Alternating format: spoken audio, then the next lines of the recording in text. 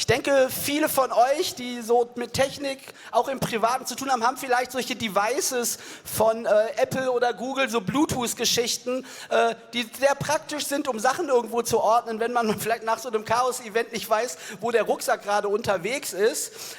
Darum an der Stelle erstmal einen dicken Applaus für Hendrik Pölz.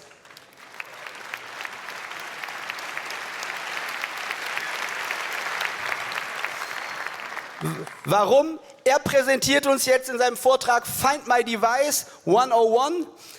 Ja, Informationen darüber, what's going on in the air. Und darum dicken Start. Hendrik, vielen Dank.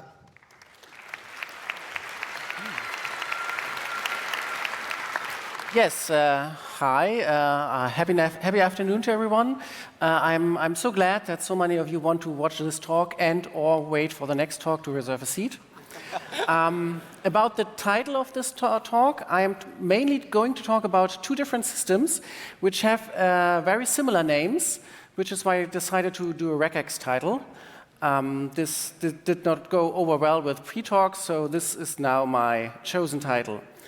What we are going to talk about today are the what, the how, and now. Basically, I'm going to introduce the technologies behind these systems, which will basically be shown to you as a series of problems and solutions. And later on, we are combining all of these solutions into a coherent system, because it turns out, basically, you end up with the same thing if you do it multiple times. They all look the same. Then I'll show you, sorry. Apologize. Then I'll show you how, what it looks like behind the scenes, and a very short introduction into the tools you are going to need if you do want to do research on this on your own, which is what my original intent with this talk was, is to get all of you, well, most of you, interested in the topic and please do something useful with this. Now, what are we going to talk about? The left side shows, I try to do this basically non-judgmental. I'm not advertising for any particular system. I do not want to do any trademark infringement, so I try to cram as many of these as possible onto the screen. I think that's most of the major brands. They all function very much almost the same, and I hope nobody wants to sue me. What these do is, like Pupe already introduced, is allow you to find things. Basically, they allow you to find the device, and hopefully whatever is attached to it is still attached to it. The inner workings of this is that these are battery-powered beacons. They emit a local radio signal, which is nice, but a local radio signal usually doesn't help you that much in finding things, which is why there's a second component which does the wow thing. There's a network behind that allows you to find these globally. So you have local radio beacons that emit a signal that allow you to find the things in a global scale, on a global scale, which is an interesting technological achievement. But how do we do that? Well, in order to get there, we have to look at how the history was, on how this was constructed and how this developed over the past 15 years. And basically, if you start with the intent of tracking something, and being informed about the current position of it, there's pretty much nothing easier than to just build a tracker. You build a battery-powered device that knows its own location, by GPS, for example, and then transmits that location to the interested parties, i.e. me, by GSM, for example. These have existed for a long time in various forms. James Bond has a couple of them, and AliExpress also. One of the, and this is basically the trivial approach, is you have a device that transmits actively transmits its location to somewhere, and you retrieve it from there. This is what Apple then did in a great announcement in 2009 with Find My iPhone. Find My iPhone is basically just the phone software implementation of the same principle. The phone knows where it is. It transmits this information to its central server, and then later on you log into your iCloud account and retrieve this information from the central server. They extended that with another press announcement 2 years later as Find My Friends, but the principle is the same. So it's just a couple of additional ACLs on the location reports in order for you to find people who have given you the permission to find them. What was interesting, what changed, a new branch on the technological development, is that around the same time Bluetooth Low Energy was introduced. Bluetooth Low Energy is a protocol in the Bluetooth family of protocols. The old protocol called Bluetooth was then just renamed as Bluetooth Classic to distinguish it. And these two coexist now. They are technologically quite similar. They are, they use the same frequencies and they are described by the same standards body, but other than that, they are quite distinct. And Bluetooth Low Energy, you might not believe it, uses very low amount of energy. I think the name gave it away. I'm going to show the trick how they did that on the next slide. But this is basically the game-changing idea here now, is that in Bluetooth Low Energy, devices send more than they receive.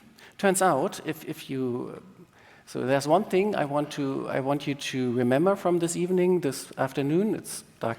From this afternoon, that is very counterintuitive. Is receiving takes more energy than sending. So the big trick for Bluetooth Low Energy is the devices send all the time. And that was interesting because now you have something that sends all the time. Now we can just put data into the things they are sending, and that is what Apple did with iBeacon. iBeacon introduced 2013. Basically uses Bluetooth Low Energy as it was designed. There's an advertisement that's being sent every couple of seconds, and Apple just put in some data into there, and that was iBeacon. iBeacon is the inverse of what we're trying to achieve. iBeacon is a fixed thing at a fixed position, and your phone now can find it or can know that it's there. Google always does the same thing 2 years later, so Google introduced Eddystone. Talking about Google, you will not be surprised to hear that Eddystone was discontinued 3 years later in 2018. But it's basically the same principle. You have beacons that transmit a fixed set of information, maybe even a changing set of information. Apple only has UUIDs in there. Google did even full URLs in there and then not. But that was the basic idea. And now we have all the ingredients necessary to build a tracking system, and that is what Tile did in 2013. Tile, I think it was a Kickstarter project at the time, was the original Bluetooth tracker. A small device, I don't have one to show you, but basically, a small device which was new that you can put on your keychain.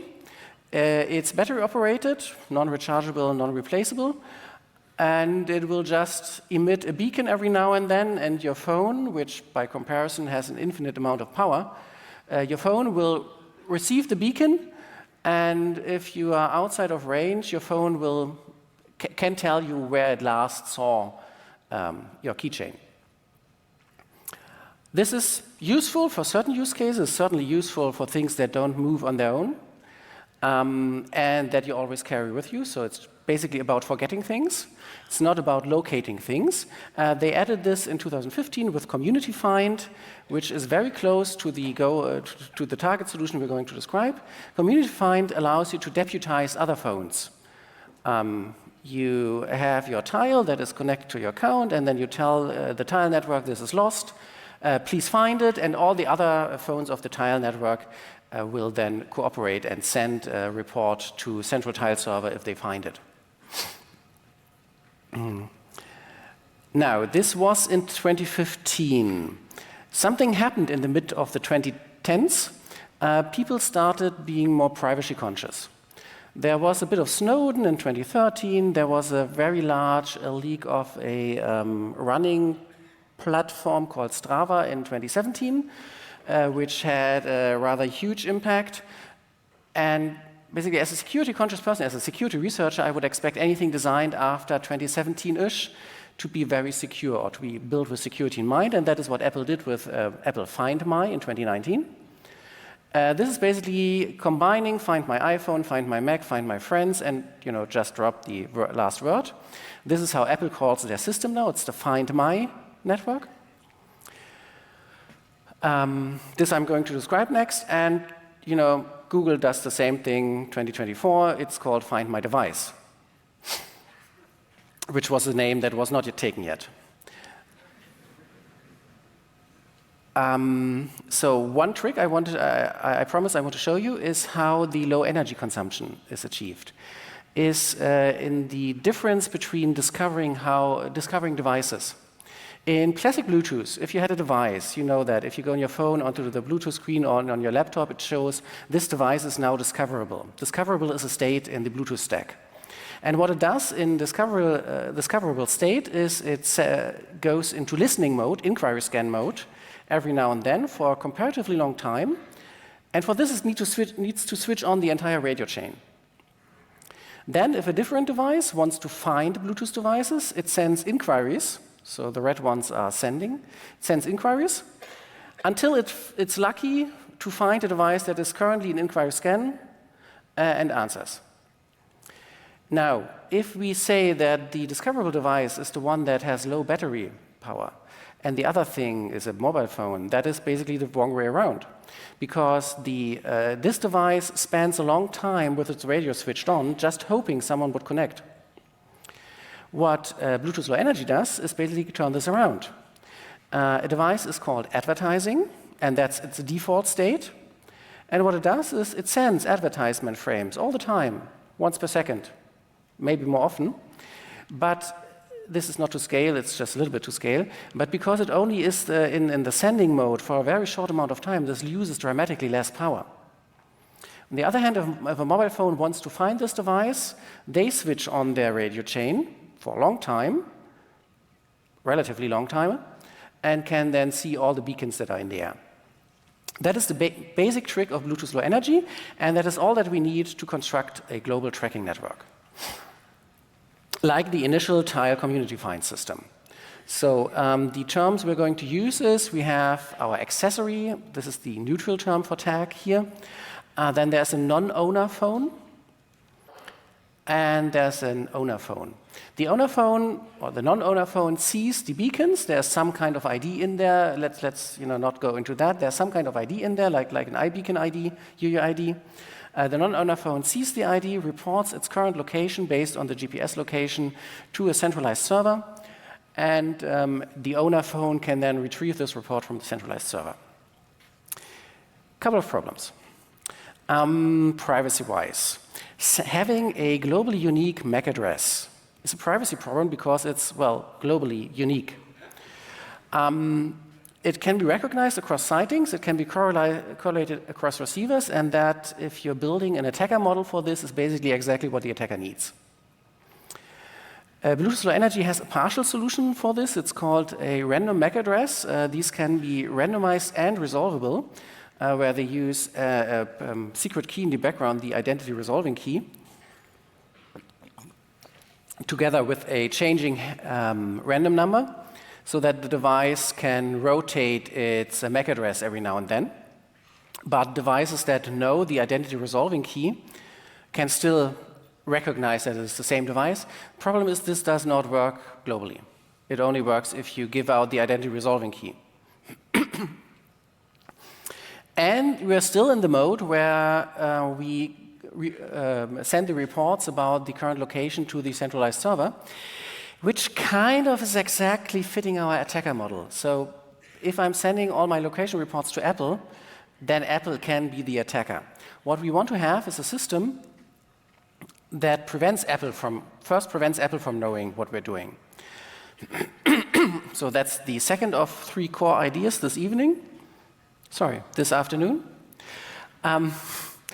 is to encrypt the location reports. Like I said, the advertisement can contain data. We just put an ID in there, but there's no reason this has to be an ID. We can just put a public key in there. So in the first step, the owner device and the accessory exchange through some mechanism a public-private key pair.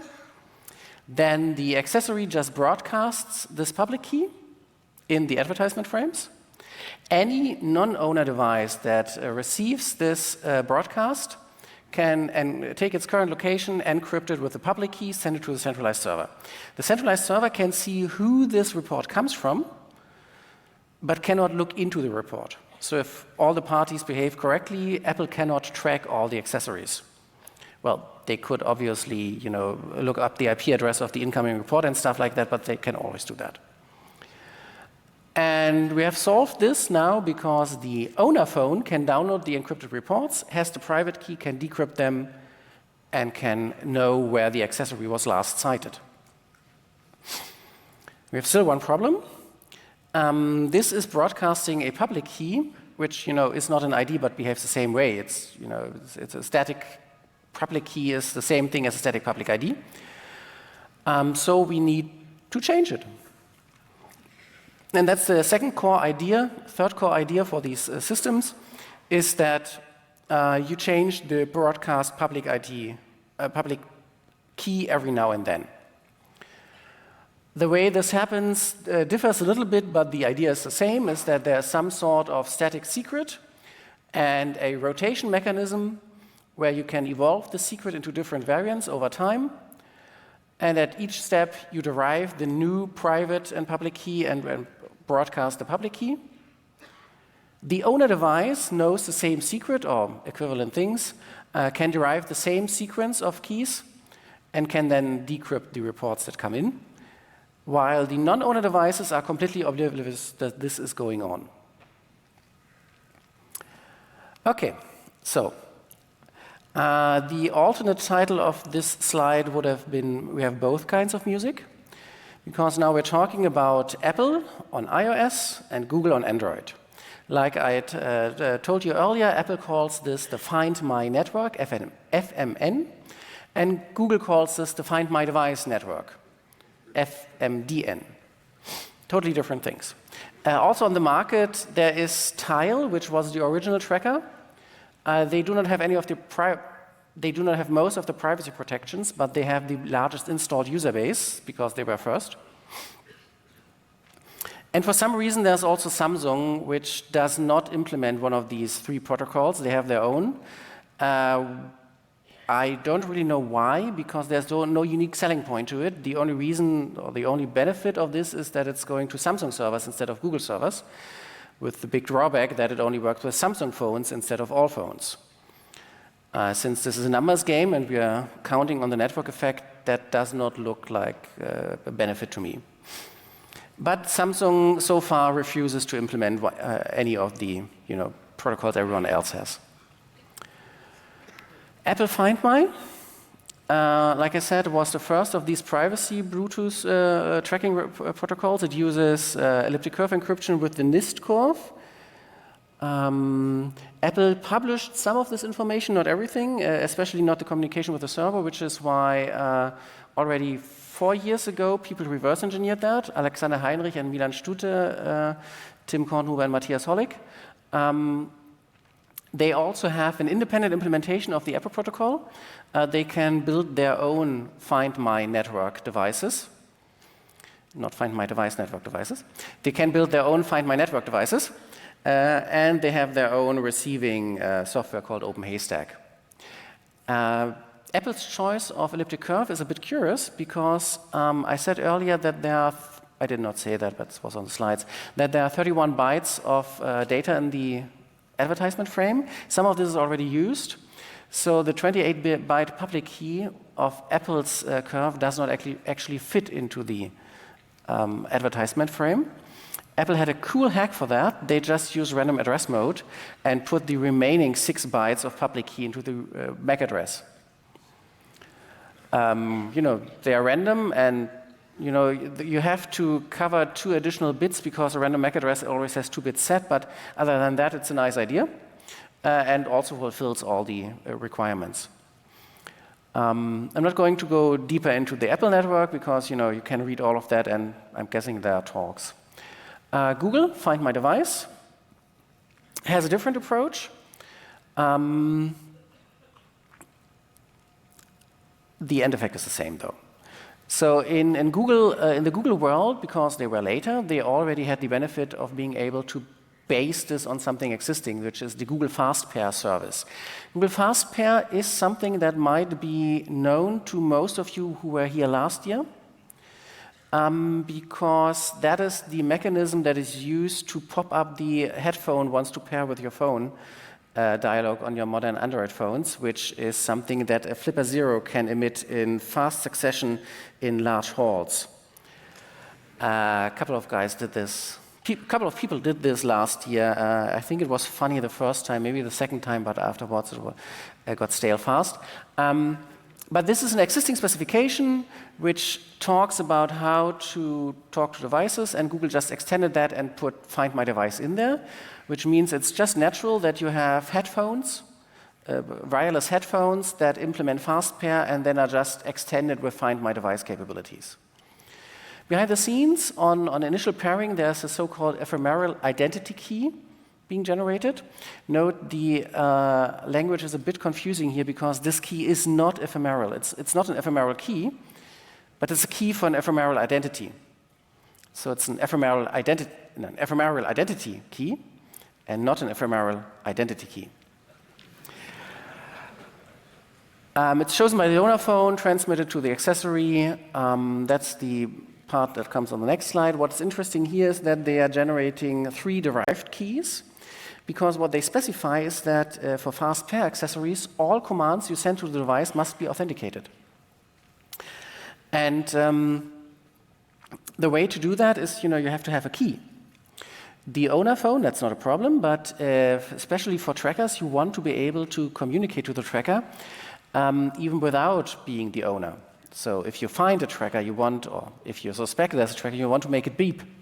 That's what the ring key is for. These derived keys are stored on Google servers, and presumably you can just ask Google, hey, I found a device that is broadcasting this ID. Please give me the ring key. I want to make it ring. And then you can send authenticated commands to it to make it ring. They have publicized or published this specification. You can read it online. It will always try to translate it to whatever language it thinks it should be translated to. You have to manually set it back to English because otherwise it doesn't make any sense. Or at least it makes less sense. But yeah, that's where you can look up how to build one if you wanted to. I think you still have to pay license fees because it has to be registered with Google servers.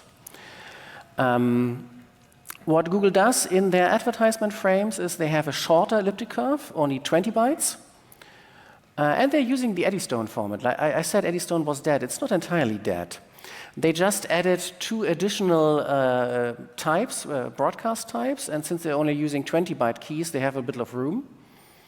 So if you're looking at it with old software, it will just say there are Eddystone beacons here of type hex 40 or 41.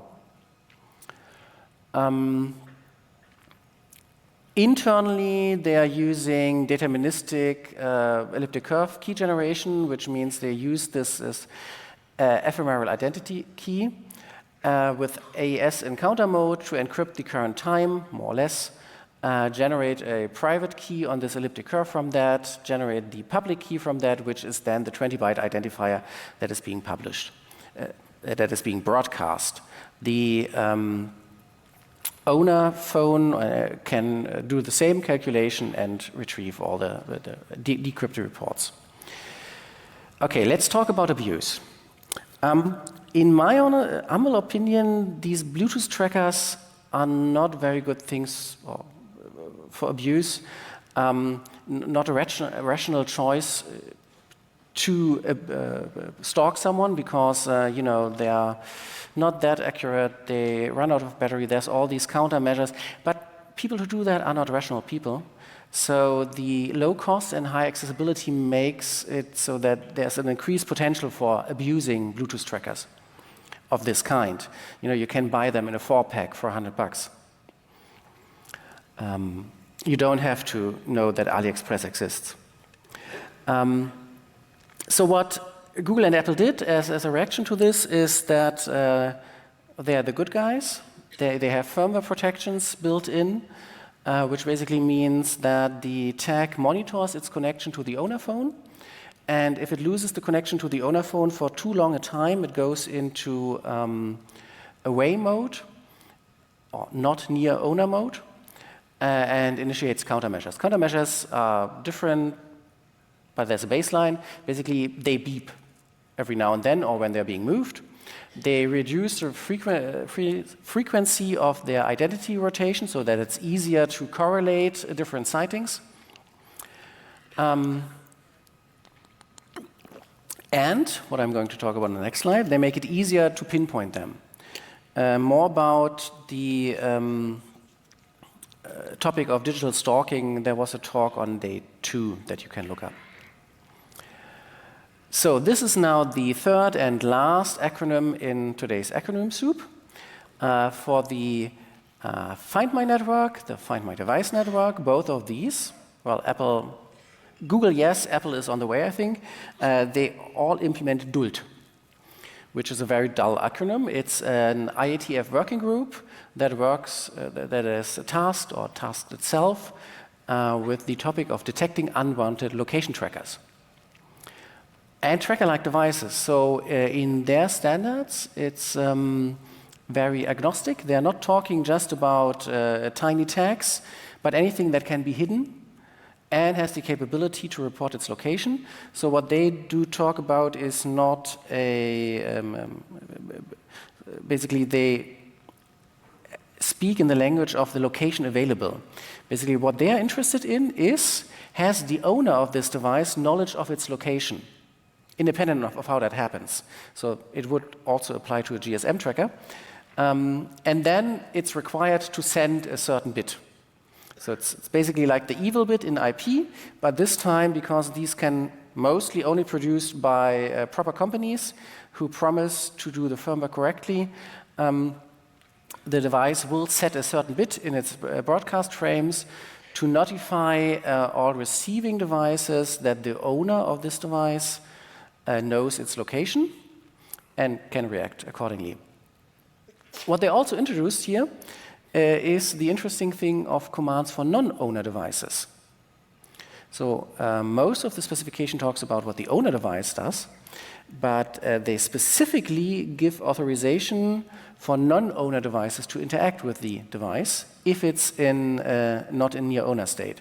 So if I lose the tag, this is on the Google Find My Device network, if I lose this for too long time, and this I've switched off the phone that is connected to this, so it is lost now more or less, it emits a different kind of beacon that you can see on the receiver. And I can connect to it, and without any further authorization, I can make it beep. Normally, I would need authorization to make it beep if it's in near owner state. Okay, that was the introduction and backgrounds on all of these protocols and all of these acronyms. So I hope you now can reliably distinguish Find My network devices from Find My device network devices. Which makes it a little bit easier. I'm not talking about Find My network that much anymore. And I'm going to show you how you can receive this. Because, it's in the air. You can just stick out your antenna. And first and most obvious thing is you're taking a software-defined radio, which interestingly is called radio. So CAM 2015 brought these and gave a lot of these to hackers all around Germany at least. This is hackrf, it's called, compatible, and can receive 2.4 gigahertz signals. I have on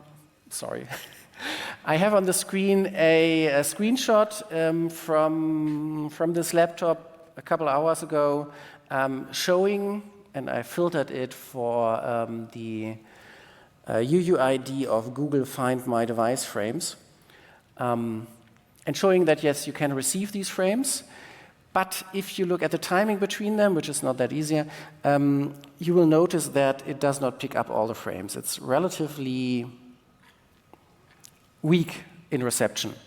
It's not the best tool to work on 2.4 gigahertz. Let's just use a tool that is designed for the job. And there's a company, again, I'm not trying to make any advertisements, but there's a company that makes a lot of these, Nordic. They have the almost ubiquitous NRF line of products. I think I have 3 3 different development kits here. They sell for like $20 on any parts component store. And Nordic was kind enough to make available a firmware that turns this into a fully fledged Bluetooth sniffer. You just plug in the development board, upload the Nordic Bluetooth sniffer firmware, get this into Wireshark, and that is what you get on the screen. It's a fully functioning Wireshark plugin. You can select the MAC address, the apparent MAC address of the device you're interested in. It will then even automatically follow this and do all the decoding and stuff. On the screen, you can now see the packet format of a Google Find My Device network device. This is the service UUID FEAA. And in there, so FEAA is the Eddystone ID. And in there, you'll find a report that is not an original Eddystone format, it's 4.1. 4.1 is for a device that is not near its owner. So 4.0 is a device that is near owner, and a 4.1 is a device that is not near owner. Now, what can I do with that? Again, let's use a job that is fit for a tool that's fit for the job.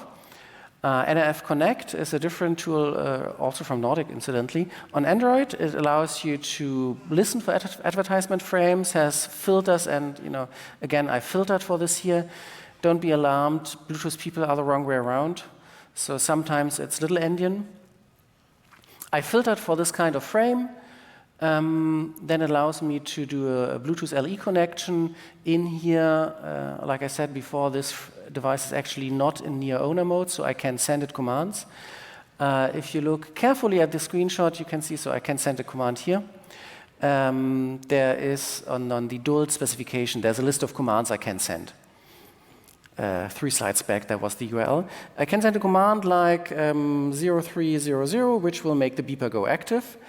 And what you see here is that I send 03001 to shut it off again. Okay. Those are the tools you can use to interact with this. There's one additional thing, is reverse engineering the actual Android app by Google that makes this. This is what I originally started out doing, is try to inject myself into the SSL traffic. Turns out there's a lot of certificate pinning going on, and it's all very tedious. There are tools for that too. Someone found it. Thanks. I use the Moto here because compared to the other device, it has a relatively less intensive beeper.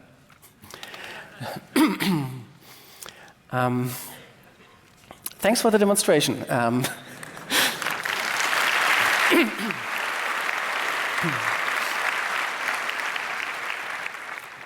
So for this screenshot, I circumvented the public key pinning, and apparently internally the API is called Nova, and there is this list of this list devices endpoint, and yes, I can find my Moto tag in there, but it's all very tedious and encrypted.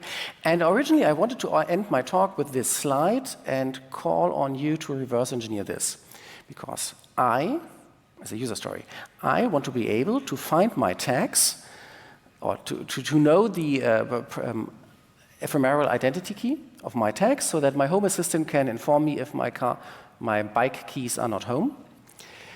Turns out, too late. Leon Böttger, who is also one of the developers of these AirGuard applications, did this 2 weeks ago.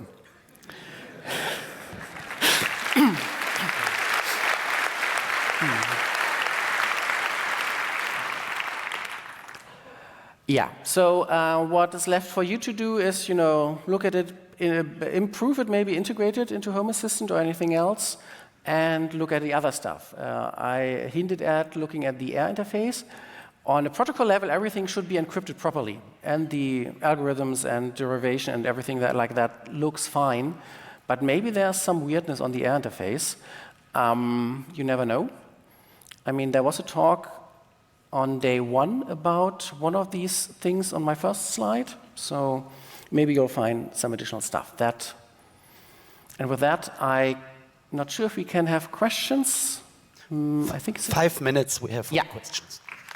Big applause for Hendrik. Come to the microphones, or we are the signal angels. Are there any questions from the internet? No from the internet, so here, microphone number 2. Okay, so really quick question. If, for example, no owner device have mock localization turned on, if the beacon connect to no owner phone, will the phone send the localization, like encrypted localization, further, but not real one, but the mocked one? You mean if the non-owner device that is detecting a tracker does not have a current location, or has stale location data? Yeah, have like Probably. mocked No, one. probably not. I think that's an implementation thing. I guess most phones know where they are at most times. Yeah, but you can trick them to show other localization. And Yeah, of course. Then it will phone- send nonsense reports. Okay, thanks. Microphone number 1, please. Hello. Yeah, I wanted to ask, you use those tracker often for securing your bicycle or stuff like that. So I deploy my bicycle at the train station, go to work. Will it go to the owner phone away mode? Yeah, that is an implementation question. I'm not entirely sure what the different timeouts is. Apple is very mum on the topic. I think it's an hour for Apple and 50 minutes for Android. Might be a day, though. I'm not entirely sure. So every thief will instantly find the tracker? Yes, maybe, yes. So there are people who build devices that cannot be found because, everything in here assumes that you're operating in good faith. You could just not set the bit and rotate the key much faster. And there are rumors that, certain marketplaces offer these things. But I wouldn't know anything about that in practice. Microphone number 5, please. Yes, hello, thank you for the talk. For your last question, I'm aware of research papers that de-anonymize Bluetooth through small imperfections in the antenna, but they need many traces, so maybe not a real-world attacker. Yeah. Thanks. Then microphone number 1. Yes, thank you for the nice talk. I've been working with Apple Find My for 1.5 years now, and I noticed some weird behavior on Apple's side that like different devices, iPhone, Mac, iPad, show different location updates for devices, and sometimes my phone doesn't show an update for like 2 days, but on the Mac it's totally up to date, like 5 minutes ago. Do you know where it comes from? And the second question is there any good way to access the Apple API to fetch like custom trackers? Because I tried Open Haystacks and the plugin seems to be outdated to access the Apple API. Is there any new tool? So for the second question, I do not know, because the only thing I know is Open Haystack. I talked to the author some time ago, and yeah, since manufacturers tend to treat this as a privacy problem and a PR problem if it becomes, a privacy problem, they tend to lock down these APIs. And sorry, I don't know anything better, especially Apple Secure Boot and all that stuff. It's comparatively secure. For the first question, I guess it goes in the same direction, because the non-owner device, the owner devices that want to find decrypt the reports need the current key. Since Apple does not know the key, it must be encrypted with something somewhere in some keychain, and maybe they don't have the synchronization figured out quite yet. Okay, thank you very much. I know that for Google, for example, Google will not show the locations in the Find My in the web browser. Because the web browser does not have the keys. They are only stored on phones in secure storage. Yeah, thanks a lot. Then a big applause for Hendrik Plötz.